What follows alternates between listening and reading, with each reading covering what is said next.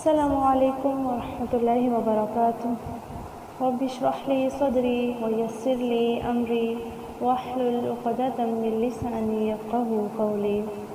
اللہم فقہنا فی الدین، اللہم فقہنا فی الدین، اللہم فقہنا فی الدین۔ سورہ البقرہ آیت نمبر 8 اور 9 کو دیکھتے ہیں۔ وَمِنَ النَّاسِ مَن يَقُولُ آمَنَّا بِاللَّهِ وَبِالْيَوْمِ الْآخِرِ وَمَا هُم بِمُؤْمِنِينَ يُخَادِعُونَ اللَّهَ وَالَّذِينَ آمَنُوا وَمَا يَخْدَعُونَ إِلَّا أَنفُسَهُمْ وَمَا يَشْعُرُونَ۔ بعض لوگ کہتے تو ہیں ہم اللہ تعالیٰ پر اور قیامت کے دن پر ایمان رکھتے ہیں، لیکن در حقیقت وہ ایماندار نہیں ہوتے۔ وہ اللہ تعالیٰ کو اور ایمان والوں کو دھوکہ دینا چاہتے ہیں، لیکن دراصل خود وہ اپنے آپ کو ہی دھوکہ دے رہے ہیں مگر سمجھتے نہیں۔ دراصل نفاق کہتے ہیں بھلائی کے ظاہر کرنے اور برائی کے پوشیدہ رکھنے کو۔ نفاق کی 2 قسمیں ہیں، اعتقادی اور عملی۔ پہلی قسم کے منافق تو ابدی جہنمی ہیں اور دوسری قسم کے بدترین مجرم ہیں۔ ابن جریج فرماتے ہیں منافق کا قول اس کے فعل کے خلاف، اس کا باطن ظاہر کے خلاف، اس کا آنا جانے کے خلاف، اس کی موجودگی عدم موجودگی کے خلاف ہوا کرتی ہے۔ بعض لوگ ایسے تھے جو زبردستی سے بظاہر کافروں کا ساتھ دیتے تھے مگر دل میں مسلمان ہوتے تھے۔ جب نبی صلی اللہ علیہ وسلم ہجرت کر کے مدینہ چھوڑ کر مدینہ تشریف لائے اور یہاں اوس اور خزرج کے قبائل نے انصار بن کر آپ صلی اللہ علیہ وسلم کا ساتھ دیا اور جاہلیت کے زمانے کی مشرکانہ بت پرستی ترک کر کے دونوں قبیلوں میں سے خوش نصیب مشرف و اسلام ہو گئے، لیکن یہودی ابھی تک اللہ تعالیٰ کی اس نعمت سے محروم تھے۔ ان میں صرف حضرت عبداللہ بن سلام رضی اللہ تعالیٰ عنہ نے اس سچے دین کو قبول کیا تھا۔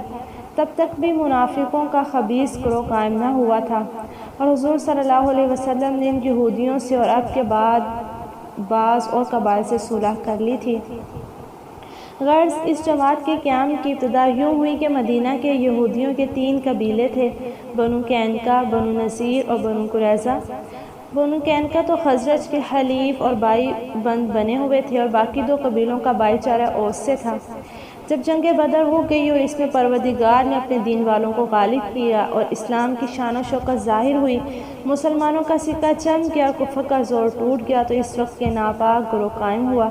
عبداللہ بن ابی بن سلول تھا تو خزرج کے قبیلے میں سے ہی، لیکن اوس اور خزرج دونوں اسے اپنا بڑا مانتے تھے، بلکہ اس کی باقاعدہ سرداری اور بادشاہت کے اعلان کا پختہ ارادہ ہو چکا تھا کہ ان دونوں قبیلوں کا رخ اسلام کی طرف ہو گیا اور اس کی سرداری یوں ہی رہ گئی۔ صحیح بخاری کی روایت ہے، کتاب التفسیر 4566 نمبر پر اور صحیح مسلم 1798 نمبر پر۔ ادھر اسلام کی روز افزوں ترقی، ادھر لڑائی میں کامیابی نے اسے مخبوط الحواس کر دیا۔ اب اس نے دیکھا کہ یہ کام نہیں چلے گا، فوراً بظاہر اسلام قبول کر لینے اور بباطن کافر رہنے کی ٹھان لی، اور جس قدر جماعت اس کے زیر اثر تھی سب کو یہی ہدایت کی، اور اس طرح منافقین کی ایک جمعیت مدینہ میں اور مدینہ کے آس پاس قائم ہو گئی۔ ان منافقین میں مہاجر ایک بھی نہ تھا، بلکہ یہ بزرگ تو اپنے اہل و عیال، مال و متاع کو اللہ کے نام پر قربان کر کے اللہ کے رسول صلی اللہ علیہ وسلم کا ساتھ دے کر آئے تھے، فرضی اللہ عنہم اجمعین۔ حضرت عبداللہ بن عباس فرماتے ہیں کہ یہ منافق اوس اور خزرج کے قبیلوں میں سے تھے اور یہودی بھی ان کے طریقے پر تھے۔ قبیلہ اوس اور خزرج کے نفاق ان آیات میں بیان ہے۔ ابو العالیہ، حسن، قتادہ اور سدی نے بھی یہی بیان کیا۔ پروردگار عالم نے منافقوں کی بہت سی بد خصلتوں کا یہاں ذکر فرمایا تاکہ ان کے ظاہر حال سے مسلمان دھوکہ میں نہ آ جائیں اور انہیں مسلمان خیال کر کے اپنا نہ سمجھ بیٹھیں، جس کی وجہ سے کوئی بڑا فساد پھیل جائے۔ یہ یاد رہے کہ بدکاروں کو نیک سمجھنا بھی بجائے خود بہت برا اور نہایت خوفناک امر ہے، جس طرح اس آیت میں فرمایا کہ یہ لوگ زبانی اقرار تو ضرور کرتے ہیں مگر دل میں ان کے ایمان نہیں۔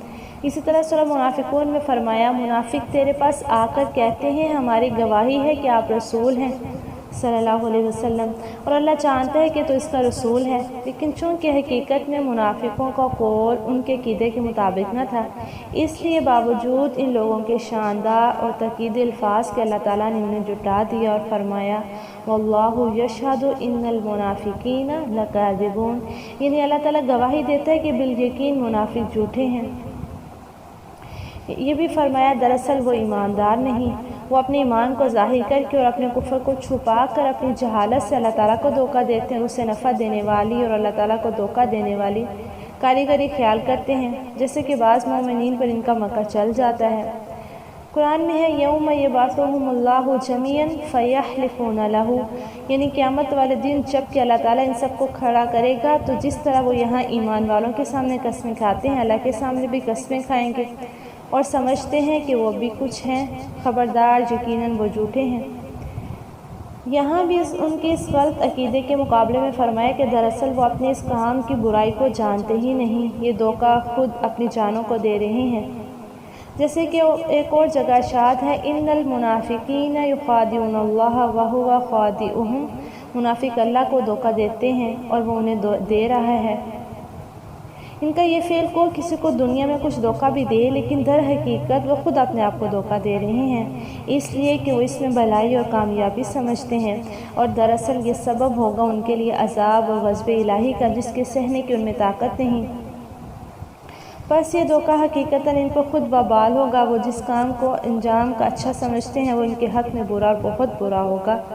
ان کے کفر، شک اور تکذیب کی وجہ سے ان کا رب ان پر ناراض ہوگا، لیکن افسوس انہیں اس کا شعور ہی نہیں اور یہ اپنے اندھے پن میں ہی مست ہیں۔ ابن جریج علیہ السلام رحمۃ اللہ علیہ اس کی تفسیر میں فرماتے ہیں لا الہ الا اللہ کا اظہار کر کے وہ اپنی جان مال کا بچاؤ کرنا چاہتے ہیں، یہ کلمہ ان کے دلوں میں جاگزی نہیں ہوتا۔ قتادہ فرماتے ہیں کہ منافقوں کی یہی حالت ہے کہ زبان پر کچھ، دل میں کچھ، عمل کچھ، عقیدہ کچھ، صبح کچھ، شام کچھ، کشتی کی طرح جو ہوا کے جھونکے سے کبھی ادھر جاتی ہے اور کبھی ادھر جاتی ہے۔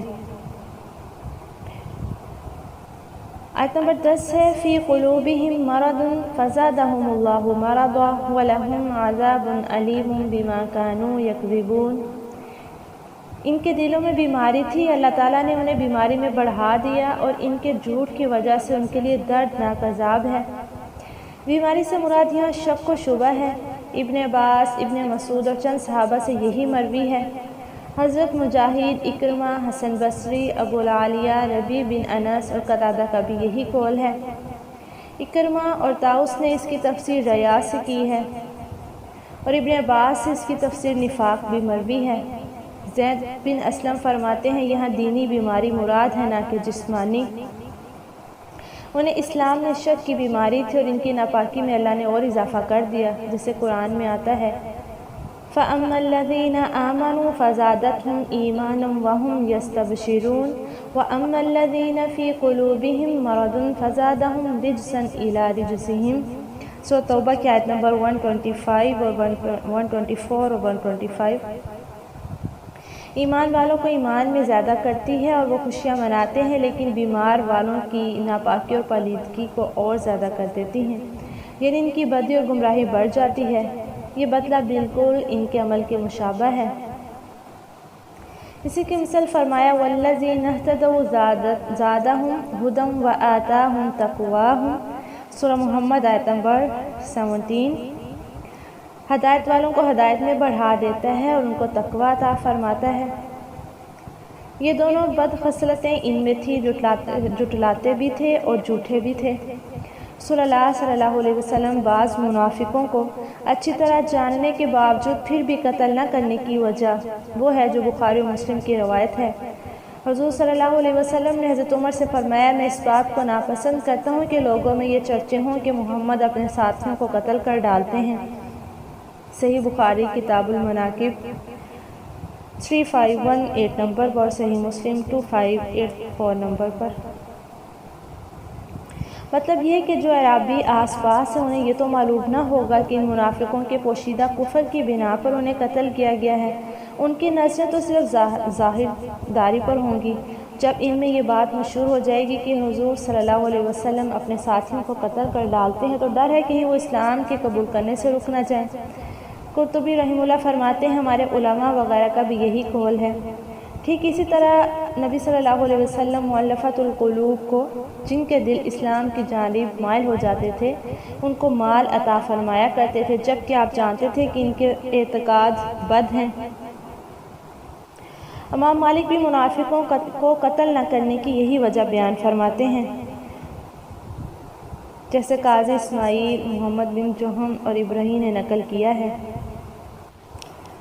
مطلب یہ ہے کہ اس کلمہ کے کہتے ہی ظاہری احکام اسلام ان پر جاری ہو جائیں گے۔ اب اگر ان کا عقیدہ بھی اس کے مطابق ہے تو آخرت والے دن نجات کا سبب ہوگا، ورنہ وہاں کچھ بھی نفع نہ ہوگا۔ لیکن دنیا میں تو مسلمانوں کے احکام ان پر جاری رہیں گے، گو یہ لوگ یہاں مسلمانوں کی صفوں میں ان کی فہرست میں نظر آئیں، لیکن آخرت میں عین پل صراط پہ ان سے دور کر دیے جائیں گے، اور اندھیروں میں حیران و پریشان ہوتے ہوئے بآواز بلند مسلمانوں کو پکار کر کہیں گے کہ ہم تمہارے ساتھ نہ تھے، لیکن وہاں سے جواب ملے گا کہ تھے تو صحیح، مگر تم فتنوں میں پڑ گئے اور انتظار ہی میں رہ گئے اور اپنی من مانی خواہشوں کے پھیر میں پڑ گئے، یہاں تک کہ امر الہی آ پہنچا۔ غرض دار آخرت میں بھی مسلمان کے پیچھے لگے لپٹے رہیں گے، لیکن بالآخر ان سے الگ کر دیے جائیں گے اور ان کی امیدوں پر پانی پھر جائے گا۔ وہ چاہیں گے کہ مسلمانوں کے ساتھ سجدے میں گر پڑیں، لیکن سجدہ نہیں کر سکیں گے۔ 14 آدمیوں کے نفاق کا تو آپ صلی اللہ علیہ وسلم کو قطعی علم تھا۔ صحیح مسلم کی روایت میں آتا ہے 2779 نمبر پر۔